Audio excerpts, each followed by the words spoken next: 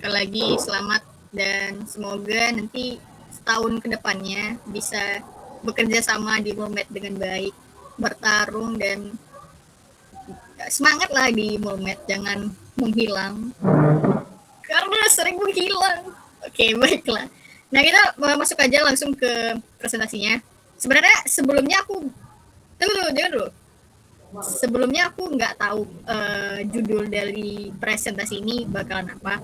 Terus aku ngeliat flyer, oh judulnya ini aja, ya udah aku masukin.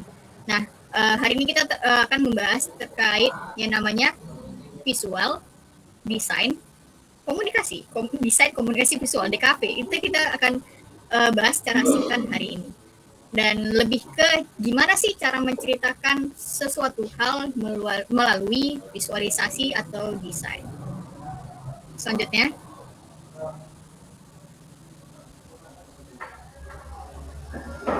ini sebenarnya gak usah sih, selanjutnya aja langsung. Ini tadi udah dijelasin juga, ada selanjutnya. Oke, jadi apa sih visual itu? Kenapa kita butuh visual? Kenapa kita harus ada visual di pers mahasiswa? Kenapa gitu? Kan bukannya pers mahasiswa itu cuma nulis berita, kayak ubah apa ubahnya koran gitu, media yang berupa tulisan. Kan udah dijelasin juga dari tes deskripsi. Kenapa harus dibuat lagi sih visualisasinya? Kenapa harus ada gambarnya sih gitu? Jadi visual itu base katanya itu atau padanan kata itu dari vision, dari bahasa Inggris itu vision. Nah, vision itu artinya penglihatan atau melihat gitu, vision. Bukan vision ini ya Marvel ya, bukan vision untuk melihat gitu. Nah, jadi apapun yang kita lihat, apapun yang kita perhatikan, apapun yang kita tonton, itu termasuk hal-hal yang akan divisualisasikan atau berkaitan dengan visual. Nah, kenapa kita butuh visual? Nah, visual itu juga menekankan atau dapat membantu menggambarkan suatu berita atau suatu isi teks. Maka visual itu dapat menyampaikan cerita atau pesan melalui elemen visual berupa gambar, infografis, ilustrasi, tipografi, dan warna untuk menciptakan suatu daya tarik emosional yang mempermudah pemahaman. Oke, selanjutnya.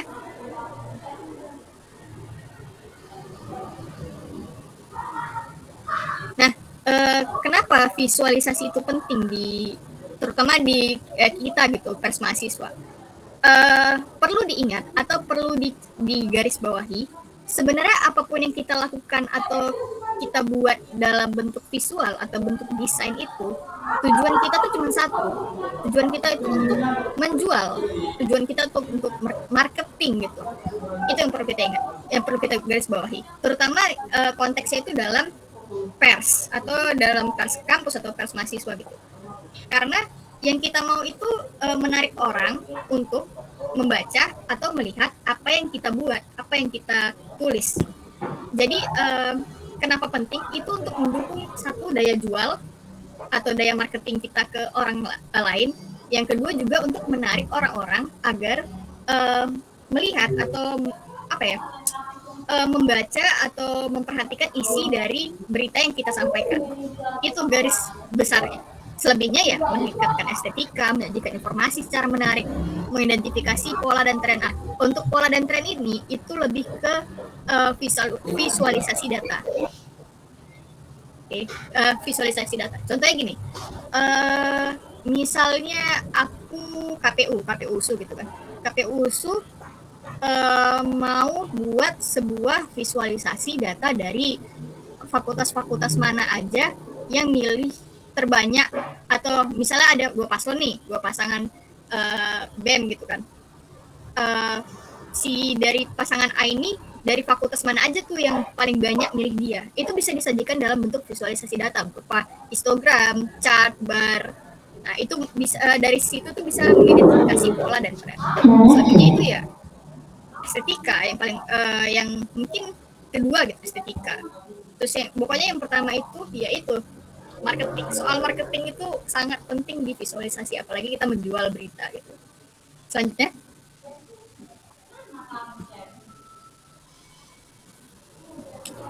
nah ada beberapa aspek utama dalam visualisasi media atau desain ya. Yang berhubungan dengan desain, yang berhubungan dengan visualisasi itu ada beberapa. Sebenarnya ada banyak, lebih dari ini gitu. Tapi mungkin yang kita bakal tarik atau bakal kita bahas hari ini tuh cuman gambar, warna, tipografi, ilustrasi, dan tata letak. Karena komponen-komponen ini tuh udah, aku rasa udah cukup membahas atau disajikan dalam satu komponen gitu. Lanjutnya.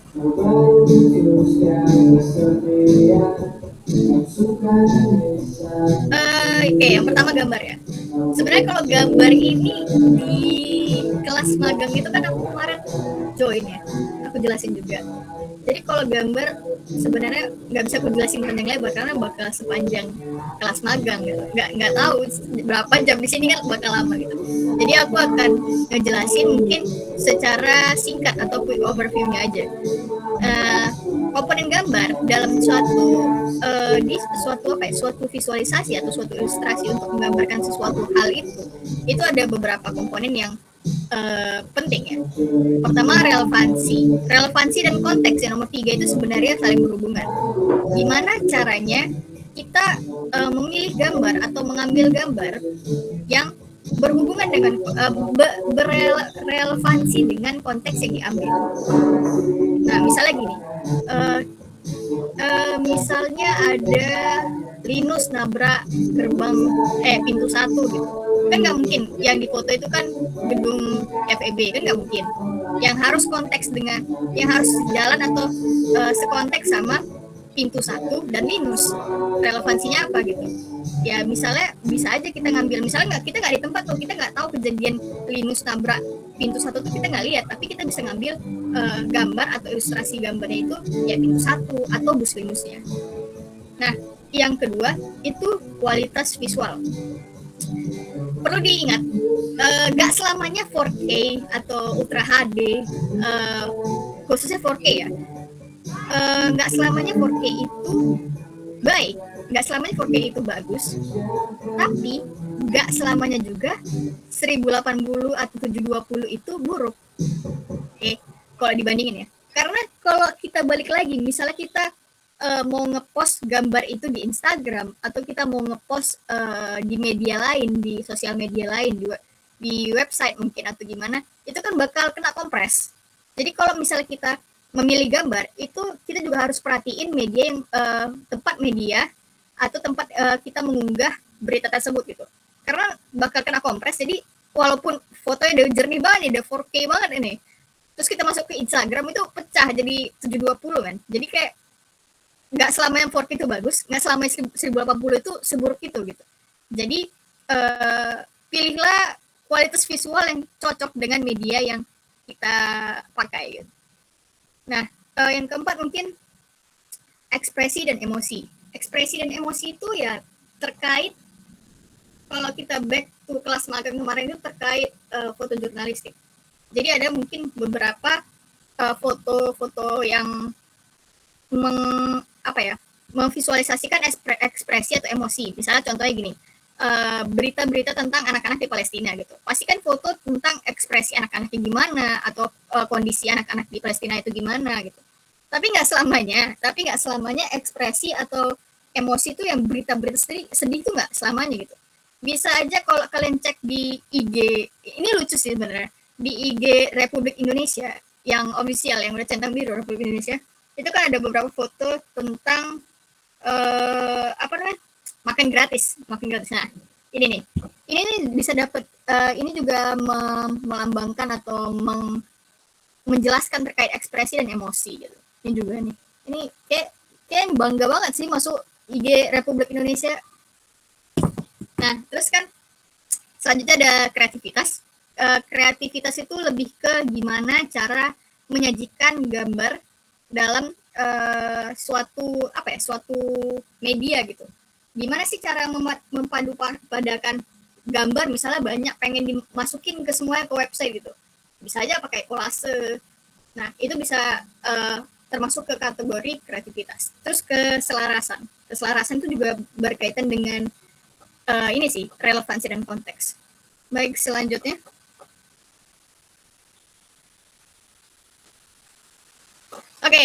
Warna. Warna ini penting ya, karena nggak ada warna, nggak ada arti gitu ya. Warna ini sangat-sangat penting, dan warna ini juga saking pentingnya itu, warna itu gimana ya, menjadi suatu identitas tersendiri bagi suatu brand. Kayak kita bisa, contoh nih, aku nggak gimana gitu ya. Kita bisa ngelihat bendera, kita bisa nebak partai dari warnanya. Kayak merah, ya, partai apa warna merah, warna kuning gitu kan. Kita bisa nebak partai dari warnanya doang. Karena apa? Karena identitas warnanya kuat di dalam partai atau organisasi tersebut gitu. Maka warna itu penting, apalagi untuk menciptakan suatu identitas. Nah, selain itu pemilihan warna juga penting dalam desain visual karena mampu menciptakan emosi, menarik perhatian, memperkuat. Nah, itu dia memperkuat identitas dan meningkatkan keterbacaan serta mendukung alur narasi. Nah, dalam warna sendiri ada 3 komponen atau 3 aspek yang menjadi mix and match dalam warna. Itu ada hue, value, and saturations. Nah, hue itu artinya aku kurang tahu, tapi hue itu intinya warna yang warna itu sendiri gitu. Kayak misalnya ini kan warna salmon ya, warna salmon gitu kan. Nah, itu hue. Sementara value itu lebih ke brightness dalam warna itu, kayak dari terang ke gelap. Makanya ini ada warna hitam terus ke putih, merah terus ke putih. Nah, terus apa beda dengan saturasi? Saturasi itu lebih ke pudar dan pekatnya dalam warna. Jadi misalnya makin ke bawah itu kan makin ke warna putih itu makin jadi pudar warnanya. Sementara makin ke atas itu makin ke arah merah atas ini itu semakin pekat. Baik, selanjutnya. Nah, karena ada kayak komponen hue, value, and saturasi, terus gimana sih cara memilih atau gimana sih cara mix and match atau gimana sih cara mengkomposisikan warna yang baik? Selanjutnya, ada beberapa formula yang aku suka pakai dan orang-orang juga sering pakai. Ini ada banyak sih sebenarnya. Dan salah satunya ini monokromatik. Monokromatik ini giving vibes orang-orang yang sebenarnya males milih warna atau orang-orang yang udah banyak banget ide, aku pengen warna ini, aku pengen warna itu, pengen semua warna dijadiin satu gitu, tapi nggak mau semuanya karena nggak nyambung. Nah, terus ujung-ujungnya aduh, pilih warna apa ya, udah satu warna aja. Itu orang-orang yang milih monokromatik. Nah, monokromatik itu monokromatik itu gini ya, kadang ada orang yang ngira monokrom itu selalu berkaitan dengan hitam putih. Enggak guys, itu lebih ke gimana ya, hitam putih itu kan juga ada yang namanya hue, value, and saturasinya gitu kan. Nah, itu berhubungan dengan monokromatik. Monokromatik lebih ke satu warna tapi yang bisa di beda, ya satu warna beda shade, bener satu warna beda shade. Jadi nggak selamanya, atau kayak banyak banget orang yang kayak salah kaprah monokromatik itu hitam putih. Enggak apa ya, karena mungkin monokrom itu enggak selamanya hitam putih, lebih ke satu warna tapi memiliki shade yang berbeda, memiliki hue atau saturasi yang berbeda. Nah, tips dalam pemilihan warna itu jangan bosan untuk berkreasi dari value and saturasinya guys. Oke, selanjutnya.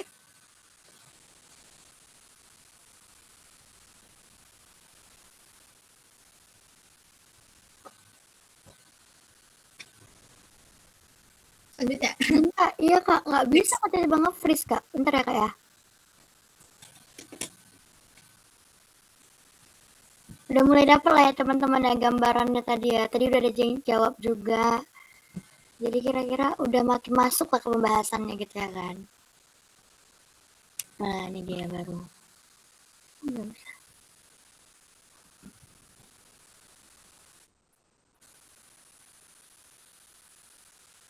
Izin kak, ini kak.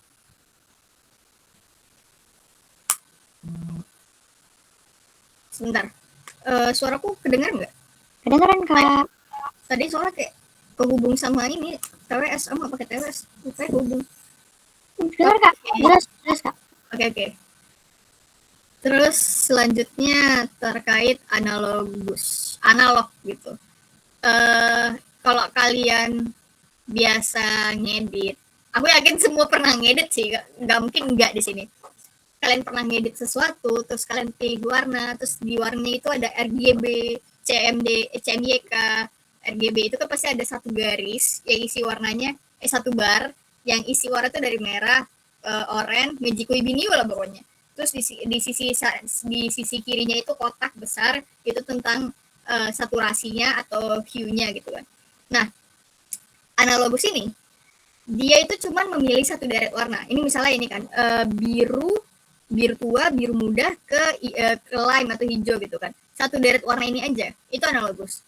Bisa juga oranye atau jingga, merah, jingga atau kuning gitu, satu deret warna. Nah, kalau di bar itu ini kan karena ini pakai apa sih namanya? Roda warna, color of wheel. Jadi ini satu deret warna gitu. Nanti kalau misalnya kalian di bar itu kan satu garis tuh. Nah, itu satu deret gini, satu deret, satu deret, satu deret. Nah, itu definisi analogus. Intinya analog itu satu garis lah, bukan satu garis warna. Selanjutnya. Belum. Next. Nah, itu tadi aku balik lagi ke perkataanku sebelumnya. Tips dalam memilih warna itu nggak cuman milih warna yang dengan saturasi atau value yang sama. Bisa juga ini kan satu deret. Bisa juga dipadu-padankan atau mix and match dengan saturasi atau value yang berbeda gitu. Jadi ada dapat kesan gelap dan terang dari warna-warna yang dipilih. Selanjutnya. Oke. Complementary. Nah, overall dari semua formula warna ini yang paling kusuka karena complementary ini biasa menghasilkan warna-warna yang tak nabrak gitu lah. Pokoknya warna-warna pop, warna-warna yang nabrak, warna-warna yang sebenarnya kalau dilihat kalau dipikir-pikir itu nggak nyambung, tapi dilihat kok nyambung juga. Itu complementary. Artinya apa? Complementary ini warna yang berlawanan dalam roda warna. Kalau misalnya di garis warna itu gimana ya? Dia berlawanan gitu. Ini kayak mana sih? Nah, ini garisnya. Rata-rata. Nah, kalau di bar warna itu kan ada bar warna. Dia itu bisa dari atas ke bawah ataupun dari tengah gitu. Gini. Nah, tapi kalau dari color of wheel itu lebih ke warna yang berseberangan. Misalnya merah sama hijau. Terus kalau misalnya kalian lihat di slide portofolio gue sebelumnya itu kan aku lebih banyak gunain warna oranye sama ungu. Complementary ini menghasilkan warna yang bener-bener ngejreng. Jadi kalau misalnya kalian pakai tema-tema yang pop, retro, complementary ini bagus sih. Bener-bener kayak wah gitu. Selanjutnya. Split complementary. Tadi kan ada jelasin sebelumnya. Kalau complementary itu dia berlawanan. Nah, split complementary itu gimana? Dia tetap berlawanan. Merah dan hijau itu tetap berlawanan. Tapi lawannya itu dilawan lagi. Jadi udah berlawanan, terus lalu dia berlawanan lagi. Ini dalam konteks color of wheel ya. Tapi aku nggak tahu kalau misalnya di bar of color gimana. Tapi kalau di color of wheel dia itu berseberangan, tapi berseberangan lagi. Jadi kalau menentukan warna itu lebih mudah sebenarnya dari color of wheel. Nah, contohnya gini. Menghasilkan warna salmon, warna kuning neon gitu, biru dan biru tua. Nah, kalau kalian mau nyari split complementary itu lebih banyak di colorhunt.co. Itu banyak banget tipe-tipe palet warna yang jenis atau modelannya itu split complementary. Selanjutnya. Triadic itu segitiga. Pokoknya bentuk segitiga itu pasti triadic. Ini contohnya ini kan color palette Joker itu pasti triadic. Selanjutnya lagi. Tetradic itu segi 4 dan ukuran warna atau kadar warnanya itu bisa disesuaikan dengan gimana ya? Enggak selamanya warna itu kayak kita harus kayak gelap tuh harus lebih banyak, enggak lebih tergantung selera gitu. Makanya ini kayak biru tua lebih banyak dibanding warna lainnya, lebih kayak aksen-aksen warnanya gitu. Selanjutnya, nah ini contohnya. Kenapa pemilihan warna itu penting? Karena karena kayak gini ya, kayak kalau kayak gini susah gitu, lihat di mata tuh kayak terang kali, ngejreng banget nggak? Tapi kalau misalnya selanjutnya, kalau misalnya kita pilih hue, saturasi, dan value yang cocok untuk di mata, itu lebih baik. Sebenarnya ini nggak lebih baik ya warnanya, cuma aku dapat contoh seperti ini, dan ini mungkin lebih baik di mata dibanding sebelumnya gitu. Ya. Ini tips dari aku. Gimana cara atau persentase dalam pemilihan warna. Itu lebih ke 60% warna utama, 30% warna kedua atau komplementarinya, dan 10% warna aksennya. 631 aku bilang. Next. Nah, ini contoh. Ini contohnya ini contoh dari desain-desainku ya, karena udah langsung ada palet warnanya. Ini contoh dari monokromatik. Selanjutnya lagi. Ini juga monokromatik. Selanjutnya lagi. Nah, ini beda nih. Kalau yang PKM RM Honi ini lebih ke monokromatik sebenarnya. Kalau yang ini Sate Taichan Amarta ini komplementari. Karena aku suka banget perpaduan warna ungu sama oranye. Itu kayak nggak nyambung sebenarnya, kalau ungu sama oranye nggak nyambung, tapi kalau dilihat di mata tuh kayak eye catching banget gitu. Selanjutnya. Oh, ini memang udah memang ketentuan ya warnanya. Aku juga nggak tahu cara tentang pemilihan warna ini, memang udah ketentuan dari sana. Selanjutnya. Nah, selanjutnya itu tipografi. Masuk ke bagian tipografi ya.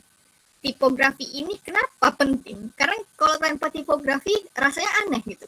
Kalau misalnya ilustrasi, doodle, atau ilustrasi aja itu mungkin masuk akal gitu. Tapi kalau misalnya kalian mau mempadu-padakan sebuah poster tanpa tipografi, itu rasanya aneh.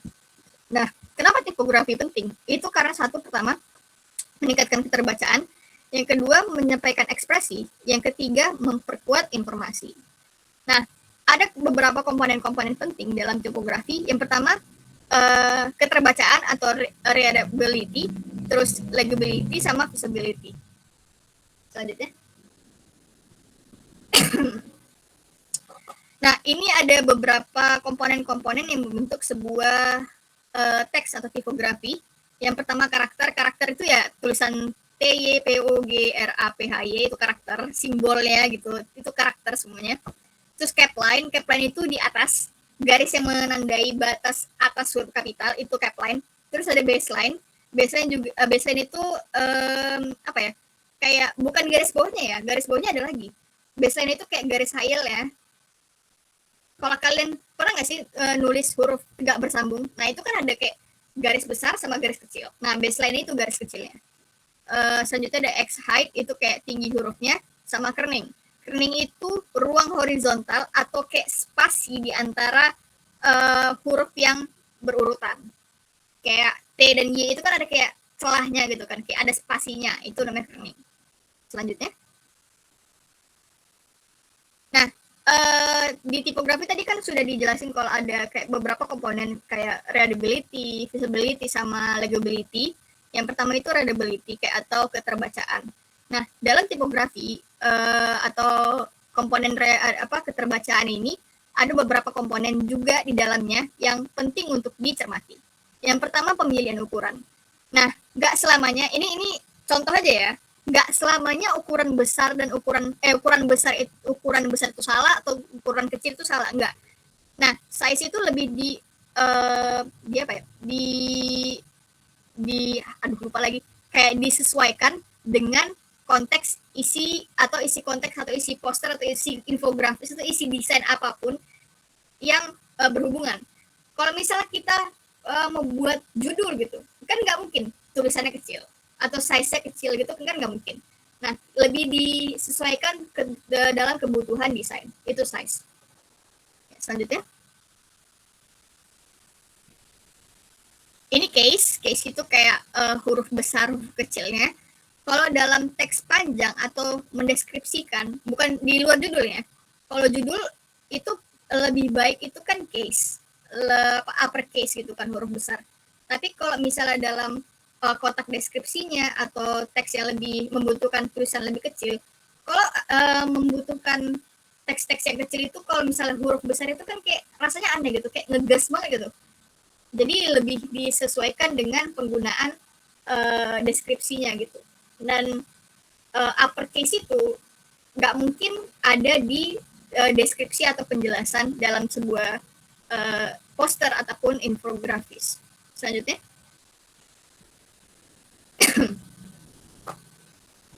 Ini aku banyak minum nggak apa-apa ya, soalnya memang lagi sakit guys. Next.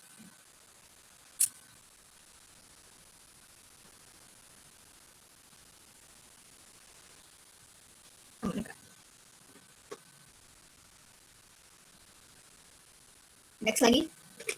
Ini kan tadi udah case. Nah, line spacing. Line spacing itu spasi. Kalau misalnya kita buat makalah atau buat tugas kuliah itu kan pasti yang diperhatikan penggunaan spasi ya. Dan itu juga berlaku dalam desain.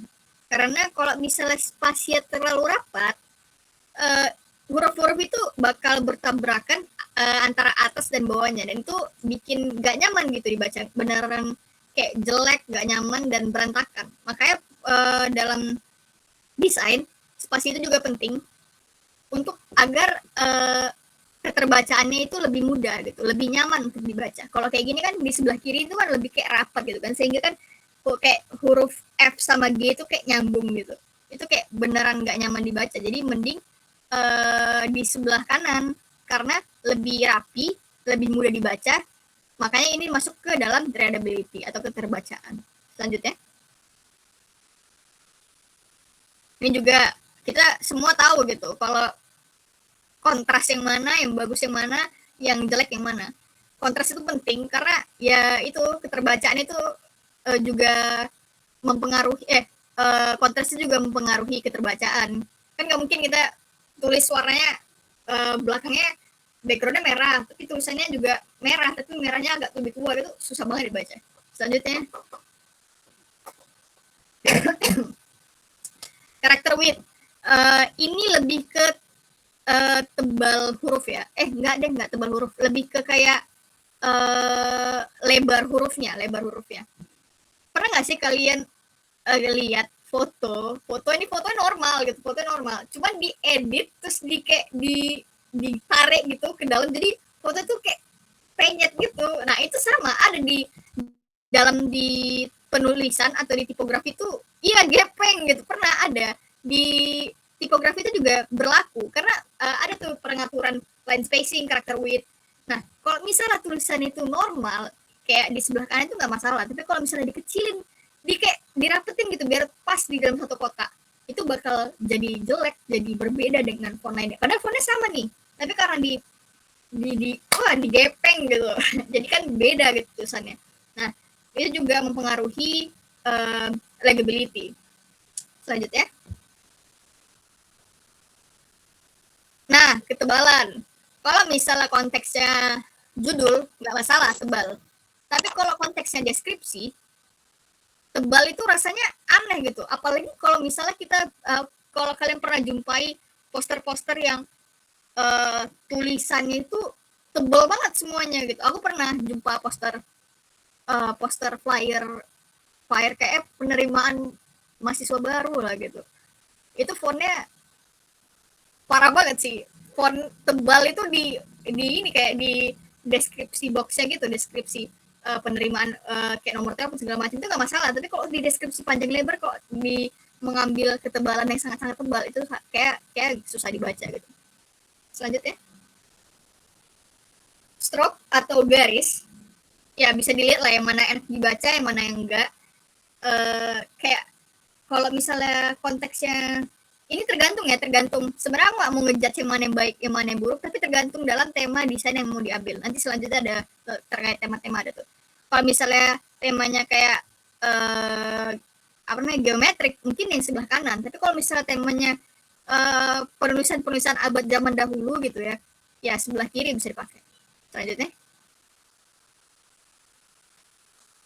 Nah ini dia sebenarnya banyak orang-orang yang bilang, oh font gitu, mau download font apa, pakai font apa, ini fontnya ini ya gitu. Sebenarnya itu salah ya, sebelumnya itu salah.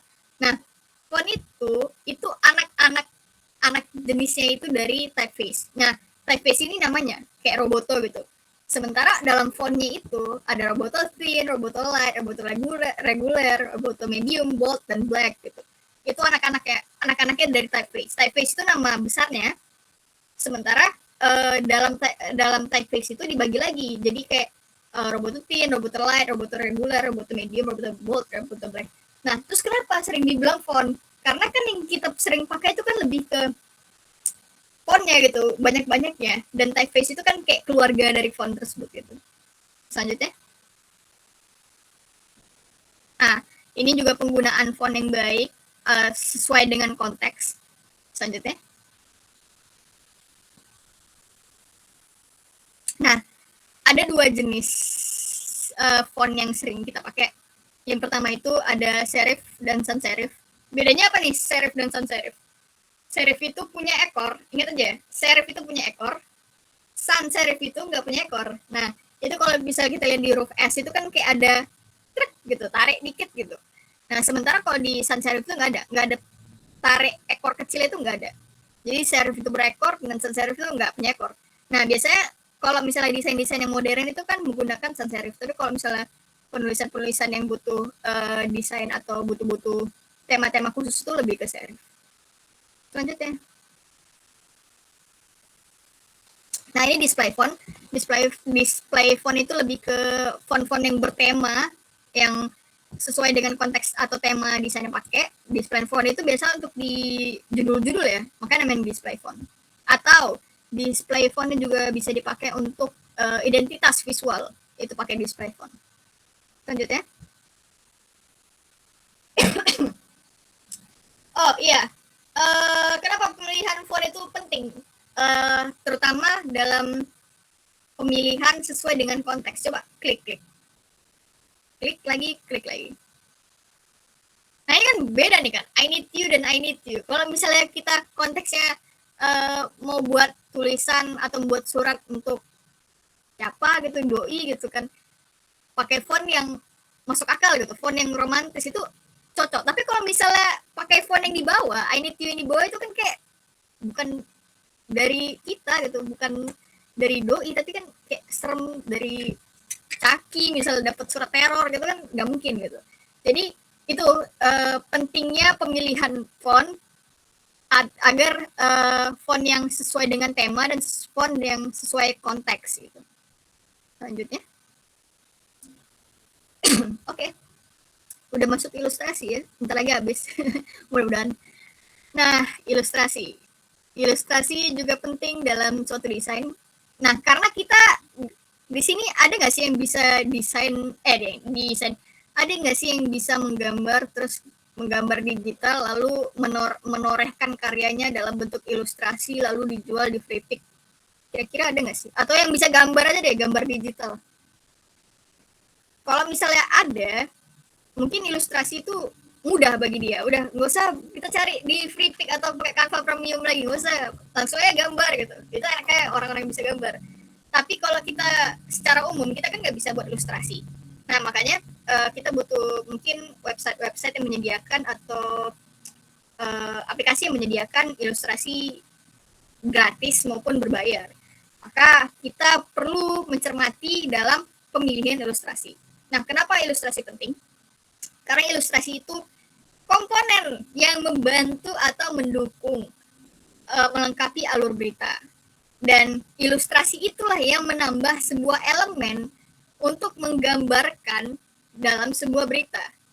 Nah, ilustrasi itu nggak cuma ilustrasi 2 dimensi ya. Ilustrasi itu bisa ilustrasi 3 dimensi, ilustrasi video, ilustrasi gambar. Tapi di sini kita konteksnya ilustrasi berupa 2 dimensi. Bisa juga 3 dimensi sih sebenarnya. Tapi ilustrasi yang bentuknya digital gitu. Selanjutnya. Nah, gimana cara nyari ilustrasi? Gimana nih cara nyari ilustrasi yang tepat? Yang pertama, coba klik. Yang pertama kita butuh yang namanya inspirasi.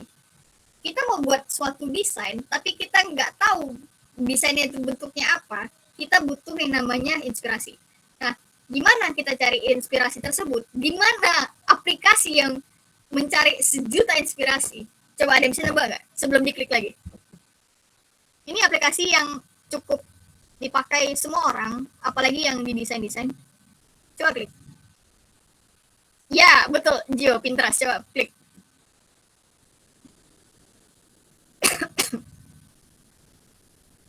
Ya, Pinterest. Jadi Pinterest ini inspo para desain-desain sejuta umat. Jadi kayak kalian nyari apa aja mungkin di Pinterest ya kan, inspirasi. Coba next. Tapi nggak semuanya, atau ada sih alternatif lain selain Pinterest. Banyak sih. Kayak di slide selanjutnya ada tentang itu. Coba next. Nah, ada beberapa website selain Pinterest untuk mencari ilustrasi-ilustrasi lain. Tapi aku nggak tahu ya, ini udah dari berbulan-bulan lalu aku buat PPT-nya, jadi mungkin ada beberapa website yang udah mati. Itu ada Cosmos.so, sem.energy, are.na, bentogrids.com. Nah, bentogrids itu lebih ke kalau kalian mau nyari visualisasi tata letak, kalian mau buat infografis tata letak gimana tuh ada di Bentogrids, ataupun kalian mau buat desain website itu bisa di Bentogrids. Terus brandsite.design, branding.gallery, sama gomila.co. Selain Pinterest lah pokoknya. Kalian bosen nih nyari Pinterest, itu aja. Itu pun Pinterest kan dari orang-orang upload ke Instagram, orang-orang upload ke web gitu kan. Ya mungkin ini website-website yang kalian bisa gunakan atau kalian coba gitu. Coba next. Nah, udah dapat inspirasi. Nah, ini beberapa apa ya namanya? Tren-tren desain yang sering orang-orang sering pakai. Itu ada bold minimalism.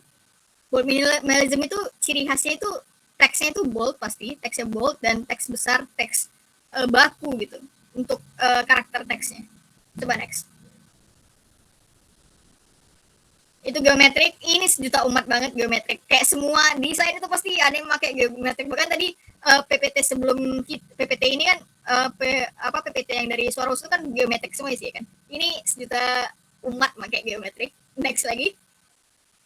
Gradient ini aku suka gradient sebenarnya. Lebih kayak unik aja gitu, gradient cantik, cantik, estetik, unik gitu. Kalau Express tahun lalu lebih banyak pakai gradient kalau aku lihat. Next lagi. Kok tahun lalu sih, 2 tahun yang buka Express pertama lah gue. Nah ini retro ya pasti desain-desain yang jadul, desain-desain yang vintage. Tapi ada juga retro futurism. Nah retro futurism itu lebih ke kayak apa ya? Kayak kalau kalian lihat kaos-kaos distro itu yang gambar-gambar di belakangnya itu. Nah itu namanya retro futurism. Nah ini retro. Selanjutnya ada juga maximalism. Maximalism ini lawannya minimalis ya. Minimalis kan kayak seminimalis mungkin ya. Desainnya simple, elegan, itu ke minimalis. Kalau maximalism itu lawannya kayak lebih rame. Pokoknya satu desain itu pokoknya kalau bisa semua diisi, white space-nya diisi. Itu dalam maximalism. Next. Anti desain ini ke desain yang chaos, ke desain yang berantakan, tapi masuk akal gitu. Kayak pokoknya berantakan lah pokoknya. Chaos intinya.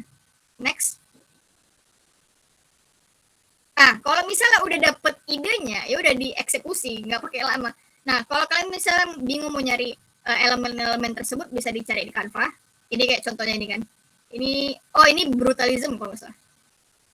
Sorry, PPT udah cukup lama, jadi aku agak lupa. Next aja langsung. Ini pokoknya contoh-contoh elemen yang bisa dicari. Ya betul, brutalism. Next. Nah, ini juga bisa dicatat, bisa di screenshot, bisa difoto. Web-web yang menyediakan ilustrasi kayak gambar, animasi 3D, sama vektor-vektor yang bisa kalian pakai buat ilustrasi dalam sebuah desain. Next lagi. Oke. Tata letak atau layout.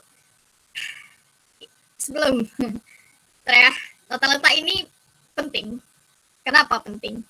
Karena sebenarnya sejelek apapun desain kalian merasa jelek, nggak apa-apa, asal kalian nggak pernah atau kalian desain jelek itu nggak apa-apa, tapi kalau misalnya nggak rapi itu yang problem. Kalian nggak pandai ngedesain, tapi kalian bisa mengarrange atau memposisikan elemen-elemen dengan rapi, dengan baik, itu nggak apa-apa. Walaupun kalian ngerasa aku nggak pandai desain, tapi kalau kalian ngerasa itu rapi, itu nggak apa-apa. Daripada yang kayak nggak masuk akal, berantakan, kayak nggak simetris, nggak jelas gitu, itu nggak apa-apa.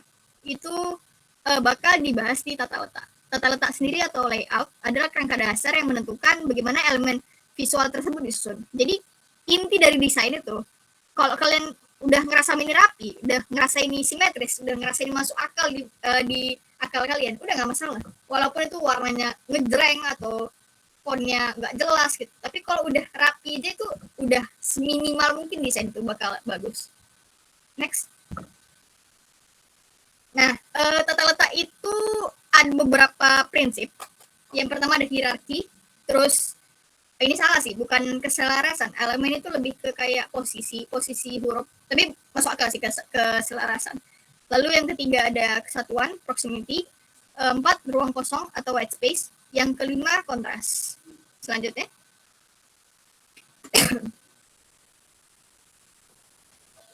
Nah, yang pertama hierarki atau kedudukan. Sebentar ya, aku cari poster dulu.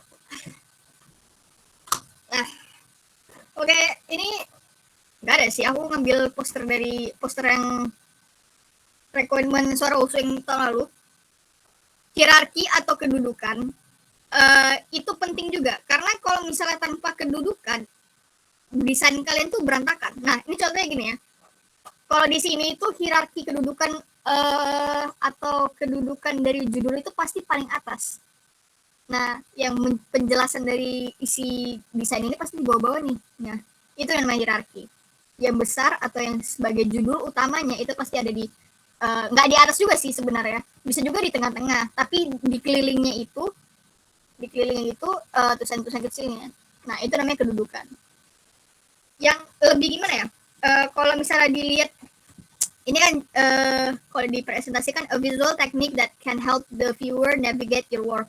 Artinya itu kayak kemana desain itu kita lihat dulu, terus kayak urutannya tuh kayak mana, itu contoh hierarki. Kayak ini kan kayak persyaratan gitu, ada nomornya gitu kan ke bawah, 1, 2, 3 sampai. Nggak mungkin kan dari persyaratan nomor 1 di sini, nomor 2 di sini, nomor 2 di atas, nomor 3 di sini, kan nggak mungkin. Itu namanya hierarki, kedudukan. Selanjutnya. Nah, ini nih contohnya. Title, heading, subheading. Title, heading, subheading. Kan jelek gitu kan. Judul misalnya kayak gini kan. Judul kayak gini di bawah, sementara tulisannya di atas. Nggak mungkin. Kecuali dalam ilustrasi tertentu mungkin ada. Tapi kalau misalnya kalian ingin membuat suatu deskripsi yang baik, itu lebih baik hierarki yang berurutan. Selanjutnya. Alignment itu lebih ke satu garis lurus. Contohnya gini. Ini kan satu garis lurus ya. Biar rapi. Kalau misalnya ini berantakan, jelek dong. Ya kan? Satu garis lurus. Nah, alignment ini nggak cuma di teks doang satu garis lurusnya. Bisa juga ini di sini nih. Kayak ini kan kalau misalnya di sini kan ini garis khayalnya 2023-nya ini kan satu garis dengan ini. Nah, itu alignment. Posisi-posisi yang biar dia satu garis lurus, itu alignment. Next lagi. Kesatuan. Nah, kesatuan ini dia lebih ke kayak penggolongan grup-grup. Penggolongan grup-grup. Misalnya kayak gini nih. Logo-logonya di satu kolom yang sama, sementara tulisan-tulisannya di satu kolom yang sama. Itu kan Kanyarit web designer itu kan kayak judulnya, heading dan subheadingnya. Ini di bawahnya itu kan deskripsinya, terus di kanan sampai kanannya itu logo-logonya.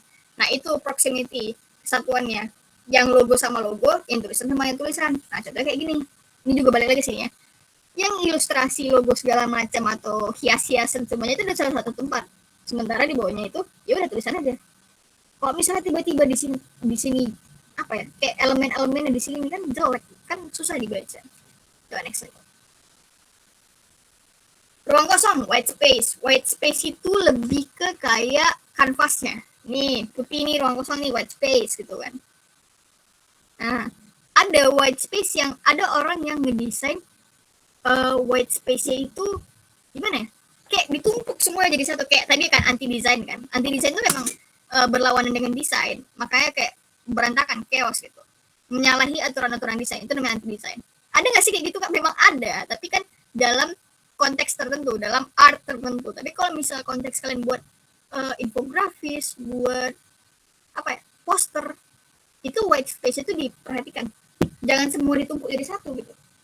Contoh lagi apa ya? Inilah ya, buku ya nih. Nah, kalau misalnya bisa dilihat white space itu kan, nih white space nih. Jadi nggak semua langsung tulisan gitu, enggak. Karena penting juga untuk apa ya? Untuk biar nggak terlalu menumpuk di suatu tempat. White space itu penting. Coba next lagi. Kadang ada tuh gimana ya? Kadang ada tuh poster yang dia sampai ke sudut-sudut sini coy. Dipepet banget. Padahal lebih baik itu kalau kalian kan pernah dulu waktu SD menggambar itu kan disuruh buat garis pinggir. Nah, lebih baik ada kayak pinggirnya kosong daripada nggak sama sekali. Karena itu bakal kayak jelek lah. Selanjutnya ada kontras kayak tadi sebelumnya. Ini kan kayak kuning sama hitam kan kayak warnanya nyambung gitu. Tapi kalau misalnya merah sama merah kan nggak nyambung. Next lagi. Nah, ini contoh dari tata letak. Kayak judul di atas, terus elemen-elemen itu cuma di satu tempat gitu, numpuk di satu tempat. Selanjutnya itu ada kayak isi teks. Nah, kalau misalnya kalian lihat di sini, nah alignment-nya itu ini, yang kotak-kotak ini alignment ini. Masuk ke dalam kategori alignment. Terus tulisan-tulisannya kan satu sisi itu kan. Dan tata letaknya itu ya judul nggak berantakan gitu. Pokoknya kalau kalian merasa itu udah rapi, ya udah itu udah seminimal mungkin desain itu bakal rapi. Next. Nah, terus kayak penerapan itu di mana? Bisa aja di reportase berita, kalian butuh ilustrasi buat berita, itu bisa di reportase, di infografis paling penting, terus yang selanjutnya ada flyer, terus selain itu juga penerapan visual itu bisa dilakukan di sosial media, gitu. Selanjutnya, dan ya terima kasih. Kalian kalau mau bertanya silakan. Habis ini mungkin ada sesi tanya jawab. Presentasinya sangat banyak, tapi padahal intinya itu aja gitu. Makasih banyak Kak Beta. Tapi jadi nambah insight Jasmine juga, ternyata pemilihan warna itu ada polanya, ada rodanya. Soalnya selalu pakai yang saturation itu Kak, kayak nyari aman gitu kan. Jadi kayak udah biru tua, ke bawahnya udah biru muda aja, biru muda. Aku lupa, untuk kalau kalian misalnya nyari color palette itu bisa di Pinterest, sebenarnya ada color palette. Tapi kalau misalnya website itu kayaknya aku ketik aja ya. Color palette. Kak.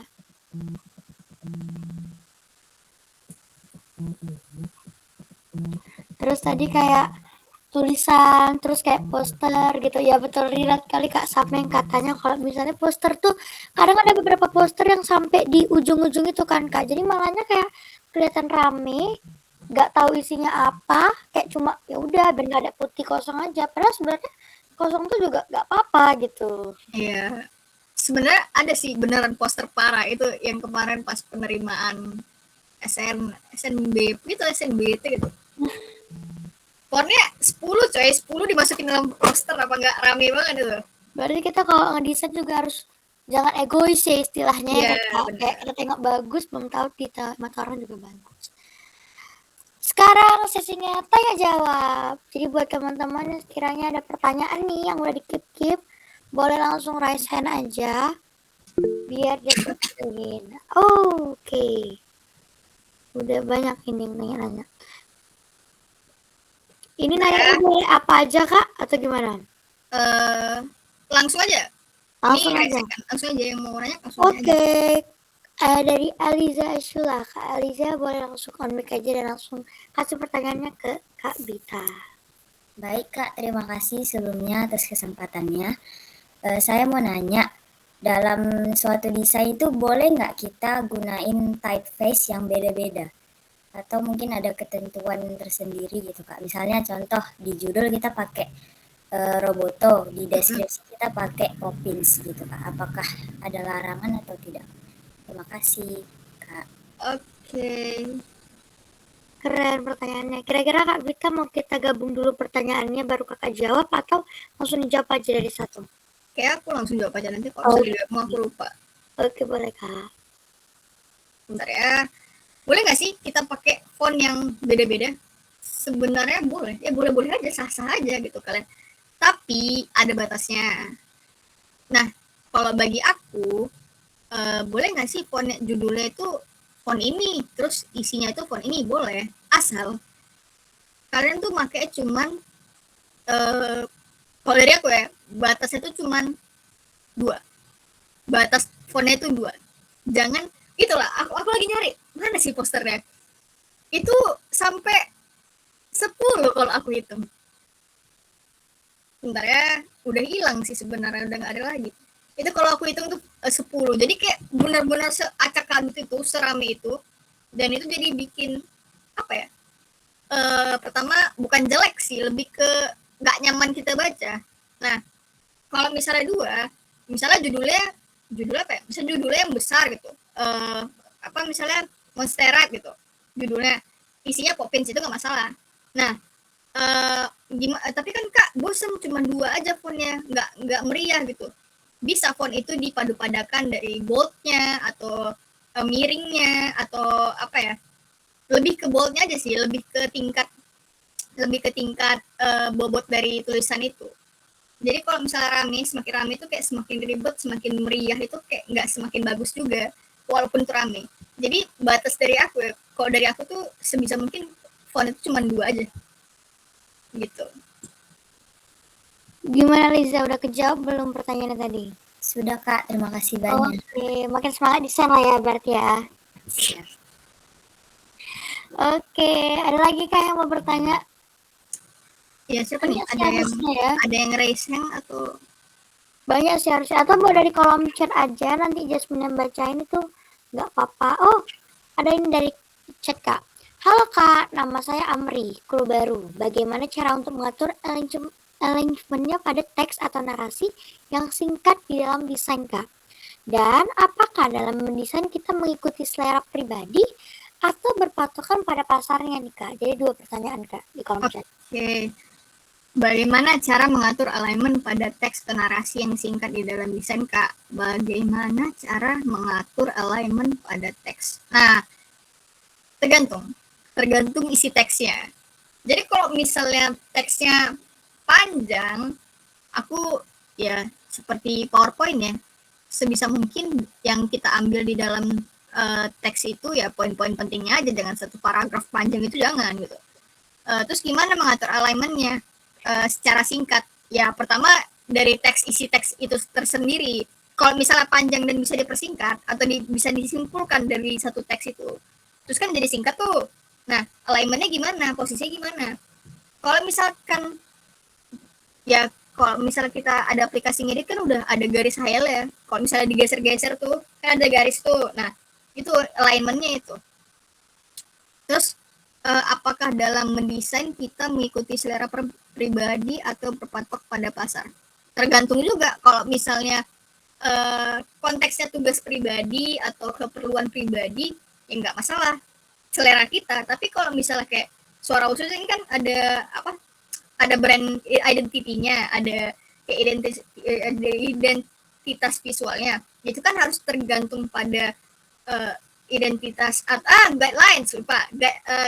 Itu kan desain itu kan harus tergantung sama guidelines-nya, harus gimana ngikutnya. Nah, kadang aku kesel lagi nih. Ini kesel banget nih. Aku udah buat guidelines. Elemen-elemennya harus gini, harus elemen yang seperti ini, udah pas tahu nih. Jangan yang kayak gini, jangan pokoknya biar serasi. Karena kan kita kepala kan banyak nih dalam satu multimedia ini kan kepala banyak, pemikirannya kan beda-beda. yang aku bilang, aku suka 3D jadi masukin 3D, aku suka yang kayak gini, mereka masukin gini, itu nggak bisa juga, tergantung sama guidelines. Jadi kalau misalnya faktor 2 dimensi aja yang dimasukin, itu dimasukin, jangan kayak lain-lain terus warnanya lain-lain gitu, jangan. Itu berpatok pada guidelines. Kalau misalnya company atau gimana itu kan ada guidelines-nya. Kalau pribadi gitu terserah. Mungkin itu aja sih. Gimana nih untuk Amri, udah terjawab nggak kira-kira pertanyaannya? Jadi beneran harus kayak desain itu sebenarnya selera pribadi, jujur iya betul kali ya kan Kak. Itu bisa selera pribadi kalau emang ada tugas buat PPT, itu kan emang tugasnya kita, atau sekiranya emang keuntungan pribadinya kita aja. Tapi kalau untuk pada pasar ya mungkin kalau misalnya kedepannya udah bekerja sama dengan brand-brand, udah harus paham pasarnya dan gimana misalnya suara usus juga sebagai ini, jadi harus ikut suara ususnya juga. Halo Kak, saya Dewi, kru baru. Ingin bertanya tentang penggunaan warna. Ada nggak sih Kak jumlah warna maksimal dalam satu desain? Boleh langsung dijawab Kak Bita. Penggunaan warna maksimal. Kayaknya maksimal ya. Maksimal itu 4. Kalau lebih dari 4 kayak udah chaos, udah berantakan desainnya. Lebih ke apa ya, kayak warnanya itu jadi bervariatif dan gini, kenapa 4? Karena 4 itu kan ada kayak persentase warnanya gitu kan, lebih cocok warna utama itu yang mana, aksen itu yang mana. Kalau misalnya lebih dari 4 kayak 5, 6 Mejiku Hibiniu, semua warna dipakai di satu desain, itu kita nggak tahu desain warna utamanya itu apa, karena warna itu juga memberikan identitas pada satu desain. Kalau misalnya suara usul merah kuning hijau, kita di band nggak sih kayak warna bendera LGBT itu kan merah kuning hijau tuh kan masuk semua dalam suara usul tuh, apa nggak kita di blacklist? Terus sudah gitu kan kayak nggak punya identitas. Suara usul tuh identitasnya apa sih, warnanya sebenarnya itu kan nggak ada jadinya. Itu 4. Kalau misalnya dilihat di mana-mana tuh color palette tuh juga rata-rata 4. Kalau misalnya 5 itu pasti satunya itu warna putih atau nggak hitam, atau dia apa namanya tadi, monokromatik. Kalau 5, kalau misalnya berbeda-beda itu bisa 4. Tapi berbeda-bedanya juga harus agak selaras ya kan Kak, enak dipandang juga ya kan Kak. Tadi kan ada formulanya kan. Betul. Itu Kak Dewi, itu Dewi. Gimana, udah kejawab belum? Oh terima kasih Kak katanya. Iya, sama-sama. Ya, semoga jadi pemilihan warna jadi udah tahu ya kan, karena tadi udah dijelasin juga. Kira-kira ada lagi nggak yang mau bertanya? Karena nih sebetulnya ini kayak kebutuhan untuk kita juga sih. Apalagi kalau misalnya kita mau jadi mumet, apalagi anak-anak mumet pasti udah harus tahu ini, udah harus berdalam ini gitu. Soalnya kan lucu juga nanti kalau misalnya ngedesain saya masih berantakan tapi ditanya orang anak apa, anak mumet kan karena kayak aduh ini kok belajar nggak sih gitu kan. Jadi sekiranya bisa langsung ditanyain aja gitu.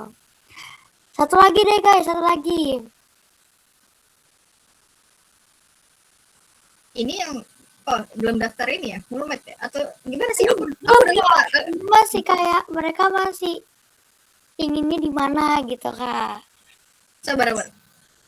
Berarti kan di ACC nih, suara usul. Berarti belum ini ya, milih atau kayak mana sih? Aku lupa, jujur aku lupa. Kayak mana? Boleh Kak Ji langsung on mic aja Kak, misalnya. Kalau misalnya jawab juga. Dan itu bakal kayak dialokasi gitu loh Kak. Jadi nanti sama BPH Presidiumnya yang the next, mereka bakal kayak yang pilihlah sendiri gitu anak-anaknya. Tapi sesuai dengan preferensi gitu Kak. Oh, kayak milih kabinet ya. Presidennya siapa? Terus ini aku maunya ini di sini gitu. Kayak gitu ya. Gitu kan Kak. Karena aku pikir langsung multimedia, berarti ini nggak semua multimedia ya? Enggak Kak. Anak PSM pasti kan iya buat konten. Kalau konten juga harus pakai pemilihan warnanya juga harus pas.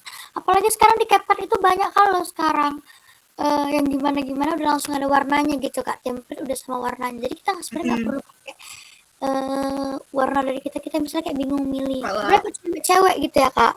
Kok Jasmine buat konten tuh susahnya di pemilihan warna sih Kak. milih warna. Aku sebenarnya juga sih milih warna tuh Sama kayak ini font Kak, font. Paling balik lagi ke Poppins Kak. oh ya, font juga. Font aku Monstera. Kayak semua desainku Monstera. Terus tulisan ininya isi teksnya Poppins, Roboto, Iya sih. atau Sans gitu ya, apapun yang Sans. Nah, Asal iya, nggak- Helvetica juga. Pokoknya itu aja sih sebenarnya font yang aku pakai. Ada dulu kalau misalnya dulu pertama kali awal-awal konten pakai bakso sapi Kak. Nah, itu Iya. aku ingat kali loh, pertama kali launching. Aku ingat Sama. kali pertama kali launching font bakso sapi itu pas aku SMP kelas 8. Jasmine di SD itu kan. Setiap mau bikin apapun pakai dari bakso sapi itu udah merasa keren kali Kak. Udah merasa Iya, keren. sumpah benar. Itu kayak pertama kali launching tuh, pertama kali muncul di mana? Di Davon kalau nggak salah. Di Canva juga Davon. ada. Di Canva dulu juga ada. Di Davon kan. Aku pakai tuh kayak udah merasa keren banget gitu. Terus kayak lama-lama aku lihat semua orang buset, bakso sapi semua gitu. Itu dulu Apalagi banyak sih, banyak kayak gitu-gitu ya kan Kak. Sekali pakai dulu merasa keren, rupanya udah pasaran tiba-tiba. pasaran. Gimana teman-teman? Sebenarnya kalau bicarain font itu seru sih, soalnya di beberapa brand itu kan pakai font yang berbeda-beda juga ya kan Kak. Iya, benar. Jadi nengok font ke anak desain pasti kalau nengok brand bukan malah kayak isinya makanannya apa, tapi nengok fontnya dulu tuh Kak. Aku paling Ya Kak. jujur aku paling enak itu kalau misalnya kita udah punya kalau paling enak tuh kalau misalnya udah punya guideline, jadi kita nggak pening nyari font apa, kayak ya udah kita pakai font itu aja gitu, itu paling enak. Tapi kalau misalnya kita disuruh desain ini terus kita nggak tahu kayak temanya apa, atau jadi kita harus mikir 2 kali gitu buat ngedesain aja. Bingung Kalau ya, misalnya udah ada guideline ya enak.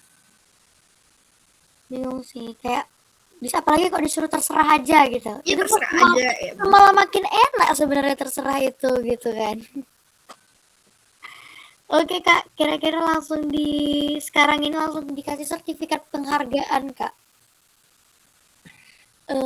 Kak Gio Kak, sekiranya boleh langsung memberikan sertifikat penghargaan kepada Kak Sabita, kita pemateri kita pada pagi hari ini. Oke, thank you. Aku mau ngucapin terima kasih banyak. Mungkin ini nggak banyak yang bisa kami kasih ke Kak Sabita yang udah meluangkan waktunya ke kita. Ini ada sertifikat penghargaan buat Kak Sabita Syafanaura sebagai pemateri kita dalam kegiatan kelas fotografi. No, ini kayaknya typo nih. Kelas, mungkin nanti bisa diedit dulu. Kelas desain suara usul dengan tema visual storytelling dalam desain pers mahasiswa. Ini udah tangan Kak Grace juga, sekum kita juga, dan juga aku selaku kadif multimedia suara usul kayak gitu. Mungkin bisa diterima. Nanti aku bakal kirim lagi melalui PC Kak. Mungkin kita bisa screenshot aja kali ya dulu. Boleh Mungkin Kak, langsung screenshot. yang lainnya boleh on cam gitu. Di sini Teman-teman on cam guys.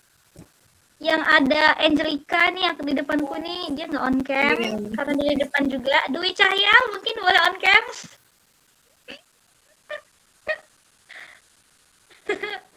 Oke, biar Cahaya Muti, oke boleh. Ini aku biar kelihatan on cam semuanya dulu, baru kita screenshot ya. Ini ada si Angelica, apakah bisa? Oke. Ya, aku bakal Sumpah ini salah foto. Aku baru baca. Iya, aku pun dulu sering pakai font Helvetia. So aku baru Helvetia. Kok Helvet? Oke, kita mulai ya. Semuanya berikan senyuman terbaik. 3, 2, 1. Oke, mungkin bisa diturunkan dulu share screen-nya, kita foto secara beramai-ramai kali ya.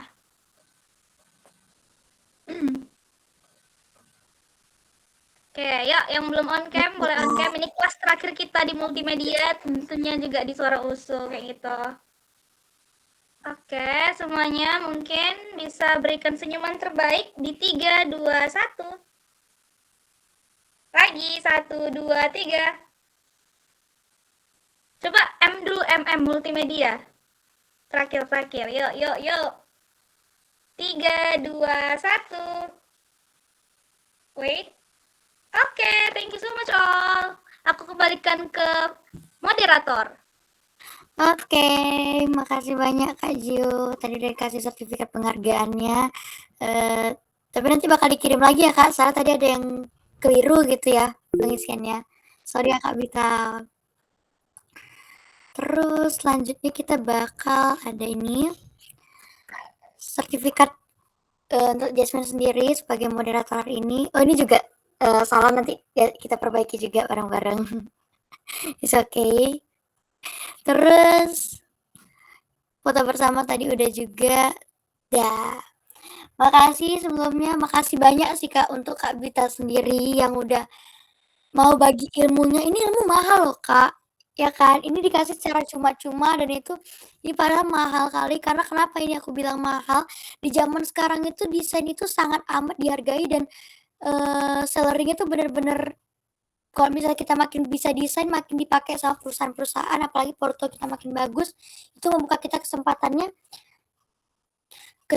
banyak kali. Kalau mau PPT namanya, iya betul Kak, kalau ikut bootcamp itu udah ratusan loh, apalagi ini tadi kayak dibahas gimana cara tata letaknya, pewarnaannya, jadi kayak betul-betul yang dari nggak pandai, aku jadi kayak lebih tahu gitu kan. Jadi makasih banyak ke Kak Sabita. Oh ya sekiranya link absensinya udah di-share belum ya Kak Gio? Bentar ya, mungkin dari Dinda apakah udah di-share atau belum? Di Jasmine belum sih Kak, belum kelihatan. Oke, wait ya. Jadi di-share di grup aja ya guys. Oh iya Oke boleh. Kak. Nggak, di sini aja nggak sih nanti yang nggak ikut? Oh, betul Kak, itu juga. Oke, Sangat mengapresiasi kali di teman-teman, apalagi Kak Bita sendiri yang apalagi di hari Sabtu nih yang weekend, yang jadwalnya harusnya healing kok kata orang, tapi malah buka laptop dan kayak kembali lagi belajar gitu kan. Padahal kayak teman-teman bisa milih buat healing aja, nggak masuk kelas ini, tapi teman-teman memilih untuk masuk, itu udah salah satu apresiasi yang luar biasa. Apalagi nanti yang semoga kepilih momen itu, aku mau ngedit padahal. Kak, kan nggak selama itu kan Kak, ini kan masih ada sekiranya 12 jam lagi ya untuk menuju besok ya, jadi bisa Cie-ciein guys. Tapi oh ya, support kita juga harus memilih support system yang baik juga guys. Kenapa? Karena Kak Bita ini salah satu support systemnya bagus juga ini, kayak bareng-bareng gitu kan. Buset. Kena notice ya kan Kak.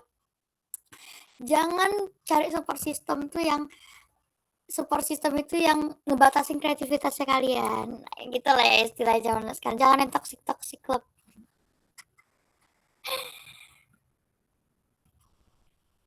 Tapi kita tunggu juga ya ini. Oh, langsung dibalas sorry. Ini couple goals. Buktinya aja salah satu pasangannya lagi ngisi materi langsung diliatin. Walau dari online. Itu keren sih, soalnya banyak di zaman sekarang Kak, kalau lihat cewek-cewek yang lebih empower, cewek-cewek yang lebih punya kendali, cewek-cewek lebih bisa, itu pasti ditinggalin. Karena katanya ngerasa nggak bisa nemenin dari nol. Nggak gitu ya katanya. Balance loh Jasmine, betul, balance. Jadi kita harus nyari yang setara gitu. Masuk Jasmine, iya Jalpa. Ya tunggu aja Jalpa sahabat cowoknya nanti ini. Mana ini guys linknya ya. Soalnya Kak Bita tadi mau ngedate katanya kan. Jadi aku tadi nggak enak kok nunggu terlalu lama. Ngobrol terlalu lama juga nggak enak gitu ya kan Kak Dinda.